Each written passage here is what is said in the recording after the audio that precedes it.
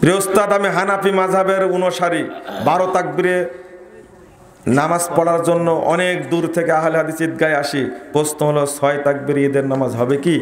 সুন্নাত হলো 12 তাকবীরে পড়া। কয় তাকবীর? সুন্নাত। 6 তাকবীরের পক্ষে কোনো সহিহ হাদিস নাই। বর্তমানে অনেক জায়গায় মহিলা বক্তা দ্বারা মহিলাদের ওয়াজ মাহফিল হয়। জাহান্নামে যাওয়ার জন্য আর কিছু করা লাগবে না। আমি প্রবাসে থাকার সময় অমুসলিম দোকানদার থেকে বাকি নিয়েছি। আমি তাকে চিনি না, এখন তার ঋণ কিভাবে পরিশোধ করব?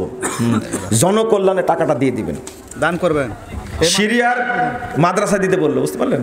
সিরিয়ার বিদ্রোহী বাহিনী অর্থাৎ যারা সিরিয়া বিজয় করলো তাদের আকীদা সম্পর্কে জানতে চায়। তারা সালাফি আকীদার মানুষ, বলেন আলহামদুলিল্লাহ। আরে সিরিয়া জয় হয়েছে তো আহলে হাদিসদের তো একটা বিজয় উৎসব করা উচিত। আলহামদুলিল্লাহ। আলহামদুলিল্লাহ পড়েছেন আপনারা? আরে বাশার শয়তানকে তাড়ানো হয়েছে মানে কি কি যে খুশি হয়েছে আমি তার হিসাব দিতে পারবেন না, আল্লাহই ভালো জানে। এই শয়তান কত আলেমকে হত্যা করেছে। এই সিরিয়ার স্মৃতি, বাংলা পৃথিবীর সিরিয়ার স্মৃতি, সিরিয়াতে কত বড় বড় আলেমের জন্ম। আল্লাহু আকবার। ইবনে তাইমিয়া এই সিরিয়া উপহার দিয়েছে, ইবনে তাইমিয়াকে উপহার দিয়েছে, ইমাম ইবনুল কাইয়িমকে উপহার দিয়েছে, ইমাম ইবনুল কাসিরকে উপহার দিয়েছে, ইমাম যাহাবিকে উপহার দিয়েছে। আল্লাহু আকবার। এত বড় বড় আলেমকে উপহার দিয়েছে সিরিয়া। যে মসজিদটা প্রথম দখল করে আজান দিয়েছে, আল্লাহু আকবার, এই মসজিদটাই হলো সালাফিদের কেন্দ্রীয় মসজিদ। বাশার আল আসাদ এই শয়তান এতদিন 53 বছর মসজিদটা বন্ধ করে রাখছিল। চিন্তা করতে পারছেন? দ্বিতীয় টার্গেট হবে ইয়ামান। কোনটা?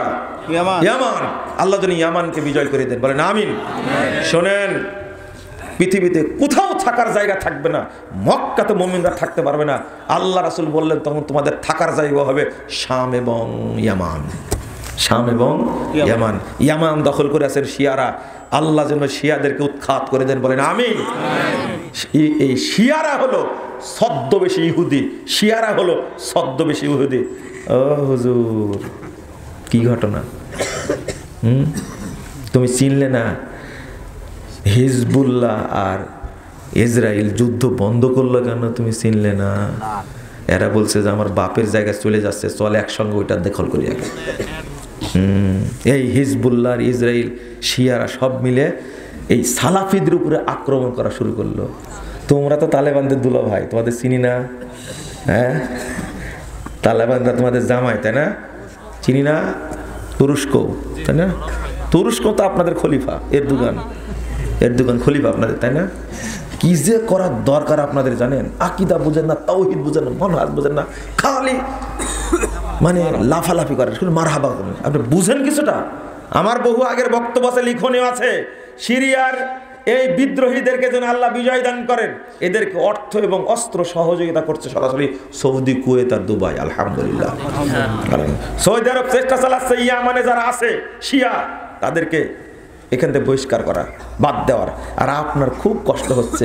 হারাম আইনের উপরে আক্রমণ করলে, মক্কা মদিনার উপরে আক্রমণ করলে আপনি এত খুশি হন, সৌদি আরবের কিছু হলে আপনি এত খুশি হন, মনে হয় ন্যাংটা হয় লাস্টে। এরা হলো সৌদি বিদ্বেষী। খবরদার, খবরদার। 14 গোষ্ঠী মিলে সৌদি আরবে বদনাম করেন, কিছুই করতে পারবেন না ইনশাআল্লাহ, কিছুই করতে পারবেন না। আপনার শরম হওয়া উচিত, লজ্জা হওয়া উচিত। কই, তালেবানরাও তো বিজয় লাভ করেছে, এরকম কথা তো আমি বলিনি, বলেছি? না না, তালেবানরা এসে আহলে হাদিসদের কচু কাটা করেছে, আহলে হাদিস মসজিদগুলো বন্ধ করে দিয়েছে, আহলে হাদিস মাদ্রাসাগুলো বন্ধ করে দিয়েছে। আফগানিস্তানের সবচেয়ে বড় আলেম যিনি শেখ মোতাওয়াক্কিল, তিনি এত সুন্দর কথা বলতেন, এত বড় পণ্ডিত মানুষ। তালেবানরা ক্ষমতায় এসে 3 দিনের মাথায় তাকে তার বড় ছেলে গুম করেছে। 5 দিন পরে এদেরকে লাশ টুকরো টুকরো করে ফেরত দিছে। আপনাদের দুলাভাই, যে দুলাভাই, আপনাদের লজ্জা নাই, শরম নাই? এই বাংলাদেশ যারা মূর্তি ভাঙছে, তারা কি তাওহীদ প্রতিষ্ঠার জন্য ভাঙছে? ইসলামের জন্য ভাঙছে কি? না না, ভাঙ্গেনি একটাও। তাওহীদের জন্য ভাঙতে হলে আগে মাজার ভাঙার দরকার ছিল। কি ভাঙা দরকার ছিল? মাজার ভেঙে ফেলতে হতো। শেখ মুজিবের মূর্তি বানিয়েছে বাপ বেটি মিলে, অনেক বেটি অনেক বানাইছে। তবে শেখ মুজিবকে সেজদা করে এটা আমার জানা নাই, থাকতে পারে।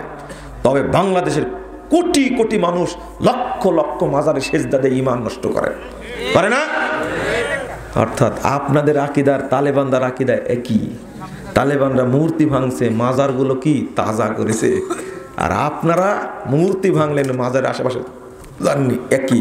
তালেবানরা মাজার পূজারী, কবর পূজারী, তাদের জন্য কি কাদা কাঁদলেন আপনারা। আরে চোখে স্যাপ দিয়ে কাঁদছে। শরম করেন, একটু শরম করেন। এর নাম আকিদা, এর নাম কি আকিদা। বুঝেন না তাই, বুঝেন না তাই লাফাচ্ছিলেন।